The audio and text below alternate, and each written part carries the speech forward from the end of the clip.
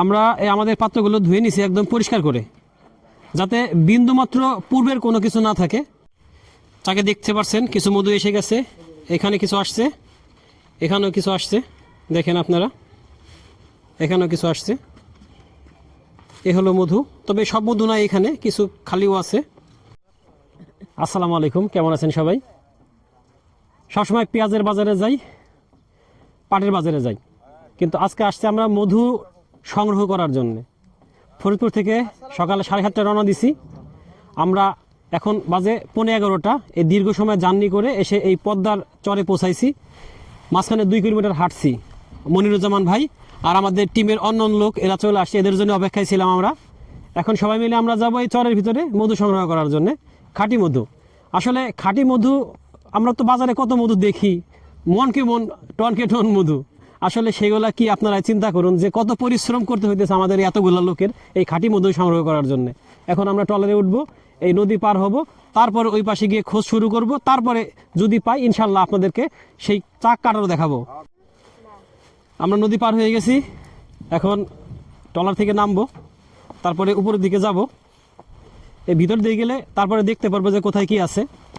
আসলে অনেক পরিশ্রমের কাজ। সকালবেলা যখন আসছি প্রচণ্ড শীত লাগতেছিল। এখন এই 2 কিলোমিটার হাঁটার পরে আর এই ঢাল দিয়ে ওঠার পরে মনে হচ্ছে যে গরম ভিতরে। তা আমার ভাই শীত লাগে না, সে সবসময় গরম। দেখেন কি পাতলা, আর আমি ভিতরে কিন্তু আরও 2টা পরা আছি। আমার এত শীত। তাহলে এই শীতের মধ্যে আমরা আসছি, এখন গরম লাগছে, তার মানে কি পরিশ্রম হচ্ছে আমাদের এই হাঁটতে হাঁটতে। আর এখানে ওইভাবে যোগাযোগ ব্যবস্থা তো অতটা ভালো না, হেঁটেই চলতে হয় বেশি। একদম গ্রাম প্রত্যন্ত অঞ্চল ফরিদপুরের, এই চরের মাঝে। ভাই এটা কি ফরিদপুরের মধ্যেই? ফরিদপুরের মধ্যে না? মানিকগঞ্জ কত দূর? মানিকগঞ্জ ওই ওই ওই সাইডের দিকে। আচ্ছা, এটা ফরিদপুরের মধ্যেই, কিন্তু একদম দুর্গম চরাঞ্চল। এখানে যাতায়াত ব্যবস্থা খুব কষ্টকর। এটা শ্যামলতলির চর ডোমাইন, তালপট্টি চর, তালপট্টি চর। আমরা হেঁটে হেঁটে খুঁজতে খুঁজতে যাব, দেখবো যে কোথায় কি আছে। আমাদের যদি ভাগ্যে থাকে ইনশাল্লাহ পাবো, আর ভাগ্যে না থাকলে পাবো না, ফেরত চলে যাবো, সারাদিন বৃথা যাবে। যাই হোক, সেটা আমাদের কাছে বড় কথা না। বড় কথা যে আমরা আপনাদের হাতে অথেন্টিক প্রোডাক্ট যে তুলে দিতে পারবো, সেটাই হলো আসল কথা। আমরা এখন আমাদের কাঙ্ক্ষিত যে লক্ষ্য বা যে স্থানে আসার কথা সেখানে এসে গেছি। এটা দক্ষিণ চর ডুমাইল সরকারি প্রাথমিক বিদ্যালয়। এখানে অনেকগুলা চাক পড়ছে, মৌমাছির চাক। আসলে এত চাক আমি একবারে কোথাও দেখি নাই, এখানে যেরকম দেখলাম। তা এখানে ভাইদের সাথে কথা বলার পরে জানতে পারলাম যে এই এলাকায় মূলত কীটনাশকটা কম ব্যবহার হয় বিভিন্ন ফসলে, যার জন্যে এই মৌমাছিগুলো এখানে আসে বেশি। আমাদের অলরেডি শুরু হয়ে গেছে কর্মতৎপরতা, কীভাবে কি করবে না করবে। আসেন একটু এদিকে আসেন, ভাষাতে একটু কথা বলি। এই এখানকার স্থানীয় লোক, এই স্কুল কমিটির লোক। ভালো আছেন ভাই? আলহামদুলিল্লাহ। ভাই নামটা একটু বলেন তো। মোহাম্মদ শহীদ হাসান। মোহাম্মদ শহীদ হাসান ভাই। জি, আমাদের এখানে দীর্ঘদিন যাবত এই আসে মৌমাছি, আর অরিজিনাল এই মধুটা আমরা খেয়ে থাকি সবসময়। আপনারা আসছেন, আমি খুশি, কারণ অরিজিনাল বলে, কিন্তু অরিজিনাল মধু ওই দোকানে বা বড় বড় শপে ওটা অরিজিনাল হয় না, মেডিসিন প্রয়োগ করে। আর আমাদের এখানে অরিজিনালটা পাওয়া যায়। হ্যাঁ, সবসময়ের জন্য আসে। ধন্যবাদ ভাইকে। এই জন্যই ভাইয়ের সাথে কথা বললাম যে আসলে এই এলাকাটা ভাইদের। আর ভাই এমন একটা লোক যে সে খাঁটি মধুর জন্যে অনেক কিছু করছে। এইখানে অনেক ভেজাল দল লোকজন ভাইয়ের কাছে আসছে, ভাই তাদেরকে কোনো চান্স দেয় নাই, পাত্তা দেয় নাই। শুধুমাত্র আমাদের সাথে যারা আছে, যে টিমটা আছে, এরা সঠিক কাজ করে বিধায় ভাই এদেরকে সুযোগ দেয়, তাই কিনা ভাই? জি, এরা ভালো লোক। এরা এই যে কোনো আমাদের অন্যান্য যারা আসে, এরা ওই যে বিভিন্ন রকমের কথা বলে, যে চাক দেখাই, ছবি তুলি, হ্যান ত্যান। আমি বলছি না, ওইগুলো আমার এখানে চলবো না। আমি ওনার অনেক দূর থেকে আসছি, আমার বাড়ি এখানে, আর ওনাদের বাড়ি হইল গিয়ে নদী পার হইয়া বহু দূর। হ্যাঁ, অনেক কিলোমিটার। কিন্তু ছেলেটা ভালো, এই জন্য আমি অ্যাকসেপ্ট করছি আর কি। জি, আমরা একটু দেখি প্রসেসটা, দেখি টোটাল প্রসেসটা। এখানে যে অলরেডি কর্মতৎপরতা শুরু হয়ে গেছে। এখানে এই ধোয়ার করার জন্যে পাতা কাটা হয়েছে। এখানে শুরু হয়েছে ধোয়া করার জন্য আমাদের যে মশাল করবে, সেই মশাল করার কাজকর্ম শুরু হয়ে গেছে। আমরা আমাদের পাত্রগুলো ধুয়ে নিছি একদম পরিষ্কার করে, যাতে বিন্দুমাত্র পূর্বের কোনো কিছু না থাকে। আর হলো সেলিম ভাই, এলো ইরান ভাই, এরা এখন উপরে উঠবে আর মশাল জ্বালবে, তারপরে ধোয়া দিয়ে পরিষ্কার করে যতটুকু সম্ভব এই মধু নামানোর চেষ্টা করবে। তার মানে আমাদের কাছে কিন্তু পূর্বের কিছু নাই, দেখেন একদম খালি, একদম খালি, সম্পূর্ণ খালি পাত্র নিয়ে উঠবে এবং ভরা পাত্র নিয়ে যতটুকু মধু হয় তাই নিয়ে নামবে। এখন আমরা প্রসেসটা দেখি আসলে কতটুকু কী পরিস্থিতি, কতটুকু মধু আসে। মধু কাটার প্রক্রিয়া অলরেডি শুরু হয়ে গেছে। এখন বাঁশ বাঁধা হবে, বাঁশ বেঁধে তারপরে উপরে ওঠা হবে, ধোয়া দেওয়া হবে। আসলে অনেক রিস্কের একটা কাজ, অনেক কষ্টের এবং পরিশ্রমের কাজ। বিষয়টা এত সহজ না আমরা যেরকম ভাবি, বা সবাই দোকান থেকে মধু কিনে খাই বা বিভিন্ন জনের কাছ থেকে মধু কিনে খাই। আসলে আমরা একটা মনে করি যে পেলাম আর খেলাম, দামটা কোনো ফ্যাক্টর না। ফ্যাক্টর হচ্ছে যে এর পেছনে যে কত পরিশ্রম, কত কষ্ট, এটা হলো বড় বিষয়। এখন দেখি আমরা পরিস্থিতিটা কোথায় যায়, কী পরিমাণ মধু হয়, প্রসেসটা দেখি। এবং অনেক ভয়ের কাজ, কামড় খেতে হয়, আমাদেরও রিস্ক আছে, আমরাও কামড় খেতে পারি। তবে এখানে চাক আছে অনেকগুলা, তবে সবগুলো চাকে মধু হবে না, কয়েকটা চাকে মধু হতে পারে। এই শুরু হয়ে গেছে ধোয়া দিয়ে চাক কাটার পরিস্থিতি হয়ে গেছে। দেখেন অনেকটা সাদা হয়ে গেছে মৌমাছি সরে।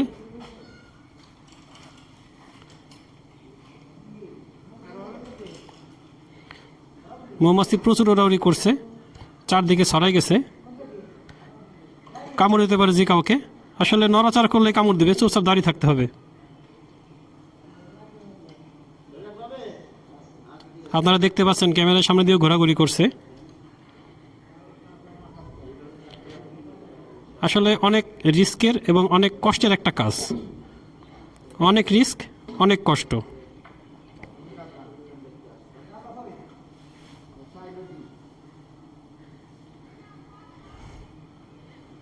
এর আগেও চাকাটা অনেক দেখছি, কিন্তু আপনাদেরকে দেখানোর উদ্দেশ্যে এভাবে কখনো ভিডিও করা হয় নাই, যেটা আজকে করছি।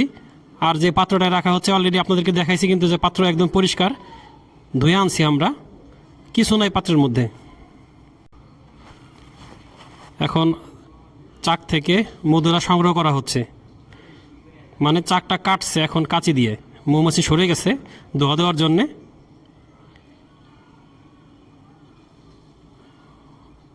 কতটুকু মধু হবে কাটার পরে দেখা যাবে, তবে চাক অনেকগুলো আছে, দেখা যাক কয়টা চাক থেকে আমরা মধু পাই। আমরা দেখছি যে ইরান ভাই চাক কাটছে, তাকে মৌমাছি একদম ঘিরে ধরছে, একদম ঘিরে ধরছে, তারা সারা শরীর ভরা মৌমাছি। এখন কামড় দিছে কি না দিছে আসলে বুঝতে পারছি না। এই চাকটা থেকে কোনো মধু হয় নাই, কারণ এটার যে চাকে যে মধু ছিল, চাকটা যদি অনেক বড়, কিন্তু মাছি সব মধু খেয়ে ফেলছে। তাই এখন পাশের আরেকটা চাক কাটার জন্যে এখন প্রসেস শুরু করছে। উপরে উঠবে, তারপরে ধোয়া দিবে, উপর থেকে ধোয়া দেয়, নিচ থেকে ধোয়া দেয়, দুই জায়গা থেকে ধোয়া দেওয়ার পরে মাছি সরে যায়, তখন হলো কাটা হয়, দেখা হয় যে আছে কি না। যদি বুঝতে পারে যে মধু নাই তখন কাটা হয় না, আর যদি বুঝতে পারে মধু আছে তখন কাটা হয়। আসলে এটা একটা অনিশ্চয়তার বিষয় যে আসলেই মধু পাওয়া যাবে। আমরা চাক দেখতে পাইছি, আসছি, কিন্তু আসলে অলরেডি একটা চাক আমরা কাটা হয়েছে, কিন্তু মধু নেই। সেকেন্ড চাকে উঠছে, এখন এখানে মধু আছে কি না দেখা, খোলার পরে মৌমাছি সরার পরে দেখা যাবে, বা কাটার পরে বোঝা যাবে। আসলে এরকমই হয় বিষয়টা। 2 নম্বর চাক থেকে কিছু মধু কেটে নেমে যাচ্ছে, এরপরে আরও চাক আছে, সেগুলো দেখাবে পর্যায়ক্রমে যে আসলে কোনটায় কতটুকু মধু হয়। তবে মধুর পরিমাণ খুবই কম হচ্ছে, অনেক বেশি না, খুবই কম। আমরা 5 জন মানুষ আসছি, তাহলে বুঝতে পারেন যে আমাদের সারাদিনটা যাবে এখানে পরিশ্রমে, সারাদিনটা নষ্ট হবে, সময় নষ্ট হবে। যদি মধু অল্প হয় তাহলে আমাদের সারাদিনটাই মার যাবে। সেক্ষেত্রে ভালো মধু পেতে হলে আপনাদেরকে কী পরিমাণ খরচ করতে হবে একটু নিজেরাই বিবেচনা করুন। এখন বাঁশটা সরিয়ে 3 নম্বর চাকের দিকে নেওয়া হচ্ছে, কারণ 2 নম্বর চাক থেকে অল্প পরিমাণ কাটা হয়েছে, তেমন ওইটাও খুব বেশি মধু নাই। এখন 3 নম্বর চাকে উঠছে, আমাদের মনিরুজ্জামান ভাই ওইখানে আছে, সাহায্য করছে। আমরা একটু দূর থেকে ভিডিওটা করছি। আসলে নিজের চোখে না দেখলে বিশ্বাস হয় না যে কতটা পরিশ্রমের আর কষ্টের। যারা কষ্ট করে চাক কাটে তাদের পরিশ্রমের ন্যায্য মূল্য আসলে আমাদেরকে দিতে হবে। যদি খাঁটি জিনিস আমরা খেতে চাই তাহলে ভেজাল খাবার খেতেই হবে। যদি কমে খেতে চাই, ন্যায্য মূল্য না দিই, আপনারা নিজেরাই চিন্তা করুন, এত পরিশ্রম করে সারাদিন নষ্ট করে যদি অল্প পরিমাণ মধু হয় তাহলে কি করবে তারা? সারাদিনটা তাদের নষ্ট। আমাদের এক সাইডে চাক কাটা হয়ে গেছে, এখন আমরা আরেক সাইডে আসছি। এই পাশে আছে 1 2 3 4 5 6টা চাক, কিন্তু সবগুলো চাকে কিন্তু মধু নাই, কারণ ছোট ছোট কিছু চাক আছে মাত্র পড়ছে, আর 4টা চাক হয়তো কাটার মতো হয়েছে। এখন কাটার পরে বোঝা যাবে যে আসলে মধু কতটুকু হবে বা আদৌ হবে কি না, কারণ আবহাওয়াটা খুব একটা ভালো না। ওরা চাকের মধুটা বসে থাকে এবং ওরা খেয়ে ফেলে। অলরেডি 2 দিন কিন্তু আবহাওয়া খারাপ থাকার জন্যে কিছুটা খেয়ে ফেলছে, তার মানে যতটা সময় যাবে তত বেশি খেয়ে ফেলবে। এজন্য রৌদ্রোজ্জ্বল হলে মাছেরা ছোটাছুটি বেশি করে মধু বানায়। এই পাশে আসার পরে আবার ওঠা শুরু করছে ভাই, উপরে উঠবে, দেখছেন আপনারা বেয়ে বেয়ে উঠছে। তারপরে ধোয়া দিবে, ধোয়া দেওয়ার পরে যখন মৌমাছি সরে যাবে তখন চাকটা কাটবে। এখন দেখা যাক এখানে চাক কেটে কতটুকু মধু পাওয়া যায়। আসলে ওই পাশে আমরা 3টা চাক কাটছি, তার থেকে 2টা পাওয়া গেছে। এখন এখানে দেখা যাক উঠছে ভাই। এখন আসছি একদম কাছে, মৌমাছির চাকের নিচে আসছি। কি অবস্থা, সামনে কি কামড় খাবো কি খাবো না একমাত্র আল্লাহ জানে। আপনারা দেখতে পাচ্ছেন ধোয়া দিচ্ছে। কিছুক্ষণের মধ্যে মৌমাছি, এদিকে আসেন শরীফ ভাই, কাছে আসেন। প্রচুর ওড়াউড়ি করবে, প্রচুর ওড়াউড়ি করবে। আসলে এইভাবে আপনাদের দেখানোটা আমাদের খুবই দরকার ছিল, বা আমরা চাচ্ছিলাম যে দেখাবো। তা অনেকদিন পরে সময় করতে পারছি আমরা, মনিরুজ্জামান ভাই আমাদের একটু সময় দিতে পারছে, তাই আমরা আসতে পারছি। এই হলো মনিরুজ্জামান ভাই, বাঁশ কাঁধে নিয়ে দাঁড়িয়ে আছে। কি শক্তিশালী লোক দেখেন,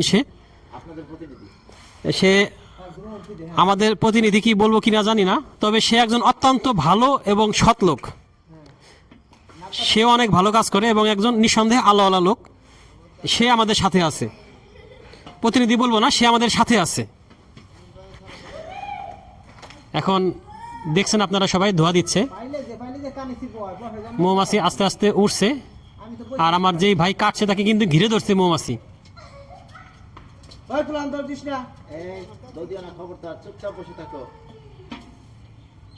তবে একটা বিষয় দেখলাম যে এই ধোয়া দেওয়ার পরে মৌমাছিগুলো কিন্তু কামড়ানোর যে শক্তি সেটা হারিয়ে ফেলে।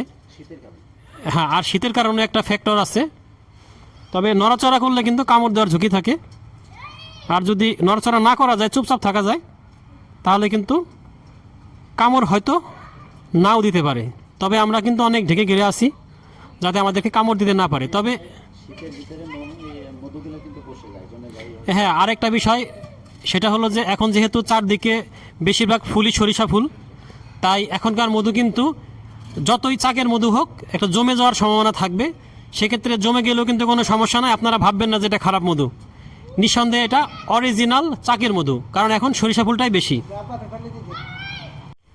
চাকে দেখতে পাচ্ছেন কিছু মধু এসে গেছে, এখানে কিছু আসছে, এখানেও কিছু আসছে, দেখেন আপনারা, এখানেও কিছু আসছে। এ হলো মধু, তবে সব মধু নাই, এখানে কিছু খালিও আছে, বলে আছে, মধু আছে, দেখা যাক কি পরিমাণ হয়। আমাদের মধু সর্বশেষ প্রসেস শেষ। আমাদের মনিরুজ্জামান ভাই আমাদের সাথী, আর আমরা এই মূলত ভাইয়ের কাছে আসছি, ভাইয়ের এলাকা, ভাইয়ের বাড়িতে আছি। খাঁটি মধু নিঃসন্দেহে ভাই একজন ভালো মানুষ, সে সবসময় দেখে রাখে এইগুলা ভাইয়ের নিজের জিনিস, এবং এখান থেকে আমরা সবসময় চেষ্টা করি ভালো মধু সংগ্রহ করার জন্য। আর আমার সাথে আছে, এই হলো ক্যামেরার পিছনে আমার শফিকুল ইসলাম ভাই। আমরা মূলত এই 3 জনে একসাথে কাজ করি। যারা খাঁটি মধু, খাঁটি ঘি এবং খাঁটি খেজুরের গুড় চান, তারা আমাদের অ্যাগ্রোবিডিতে নক করতে পারেন, আমাদের ফেসবুক পেজে যোগাযোগ করতে পারেন, ইউটিউবে আমাদেরকে কল করতে পারেন, দেখতে পারেন। আসলে আমরা সব জায়গায় আছি, শুধু পেঁয়াজের বাজার, পাটের বাজারে নাই, বীজের বাজারে নাই। আমরা এখন কিছু প্রোডাক্ট নিয়ে কাজ করা শুরু করছি, কারণ আমরা জানি যে মানুষ আসলে এখন ভেজাল খেতে খেতে মানুষের অবস্থা খারাপ, মানুষ খাঁটি জিনিস পায় না।